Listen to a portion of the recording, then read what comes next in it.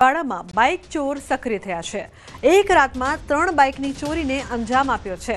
Bike ચોરીની ઘટના સીસીટીવીમાં કેદ થઈ છે। અલગ અલગ વિસ્તારમાંથી બાઇકની ચોરી કરતા સીસીટીવીના આધારે પોલીસે તપાસ શરૂ કરી છે।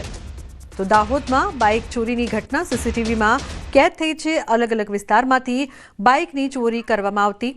સૌરભ જોડાયા છે ફોન લાઈન પર વધુ માહિતી આપવા માટે। સૌરભ, દાહોદમાં જે પ્રકારથી બાઇક ચોરોનો આતંક વધી રહ્યો છે, શું વધુ માહિતી છે? શું કરી રહી છે પોલીસ?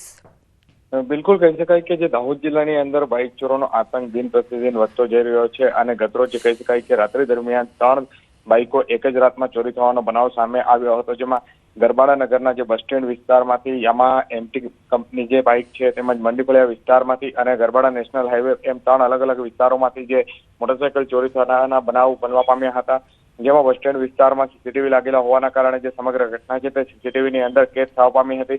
બનાવ સંદર્ભે પોલીસને જાણ કરાતા પોલીસ પણ તાત્કાલિક હાલ ઘટના સ્થળે પહોંચી અને સીસીટીવી સહિતની જે કામગીરી હાથ ધરવામાં આવી છે અને ચોરોને પકડવા માટેની તપાસ હાથ ધરવામાં આવી છે। બિલકુલ સૌરભ, આભાર સમગ્ર માહિતી બદલ। તો પોલીસ તપાસ કરી રહી છે, ચોરોને પકડવા માટે તજવીજ હાથ ધરાઈ રહી છે।